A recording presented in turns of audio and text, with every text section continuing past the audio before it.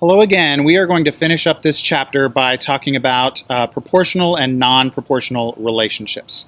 So let's get started. We're going to talk about what it means to be proportional versus non-proportional. So remember when we were talking about direct variation, it looks a lot like that. So you see that equation y equals kx. So now the slope represents the constant of proportionality or the constant of variation, which is what we called it before. It is a constant slope throughout this relationship. All right. If there's a linear relationship that is non-proportional, that's when we have that plus something or minus something at the end of it, and that makes it not proportional anymore. It's not a direct variation anymore either. So all these concepts tie together. Okay. And as we said when we were talking about direct variation, if I were to graph this, it always goes through 0, 0. Okay. And then graphs of non-proportional relationships go through 0 and some other number that's not 0. All right, so if I were to write an equation in function notation, okay, so let's look at a table of values. Okay, there's my x's and there's my y's. I'm going to see if this is proportional, and if it is, it's going to be a nice equation, but if it's not proportional, I'm still going to have to write it as a linear function, and we'll talk about how to do that. So let's look at the changes in x first. It always goes up by 2's, 2 to 4, 4 to 6, and so on. The y's change by 30 as I go from one to the next. So if I want to figure out slope of this line, I look at any change in y over the corresponding change in x. So all the changes in y's are 30s, all the changes in x's are 2, so the slope is 30 over 2, which is 15. All right, so if I were to guess at what this function was, I would say that every y is 15 times every x. So let's look at 15 times every x. So I looked at the top row and multiplied all those 5 numbers by 15, and I wrote them in that last row. And if you see, they line up perfectly. The y's are exactly equal to 15x. So that means that my function is f of x equals 15x because they match up so perfectly. Okay, here's another example. The x's go up by 3's. This is the same procedure that I did with the last example. The y's go up by 12's.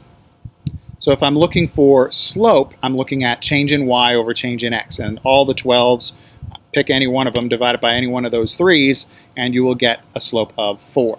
So my guess is y equals 4x, or f of x equals 4x. I may be right, I may be wrong, but if I'm wrong, it only means that I have to add something or subtract something to make it right. So let's take all of those x's and multiply them by 4 and see what I get. I get 12 and 24, so they're not the same numbers that are in the y row. So how do I change all of those numbers to make them match all the numbers in the y row? It looks like to get from 12 to 14 or from 24 to 26 or the rest of them, it looks like they're all 2 off. So I have to add 2 to 4x to get it to look like y. Okay, and if I do that, now they match up. So 4x plus 2 matches exactly with y. So that means my function is y equals 4x plus 2. Okay, and one more.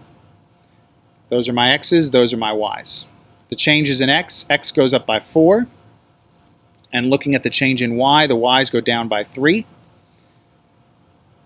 Okay, so look at any change in y and divide it by the corresponding change in x, and you get negative 3 over 4. So that is a slope of negative 3/4. So my guess is the function is y equals negative 3/4 x. So let me look at the x's and multiply them all by negative 3/4 and see what I get. Well, I get numbers that don't match exactly with the y's. So that means I need to add or subtract something from all of those numbers in the bottom row to make them look like the numbers in the middle row. So how do I change negative 3 to make it look like 13? How do I change negative 6 to make it look like 10? And so on down the row. Well, it looks like for each one of them, I just have to add 16 to make the negative 3/4 x look like y.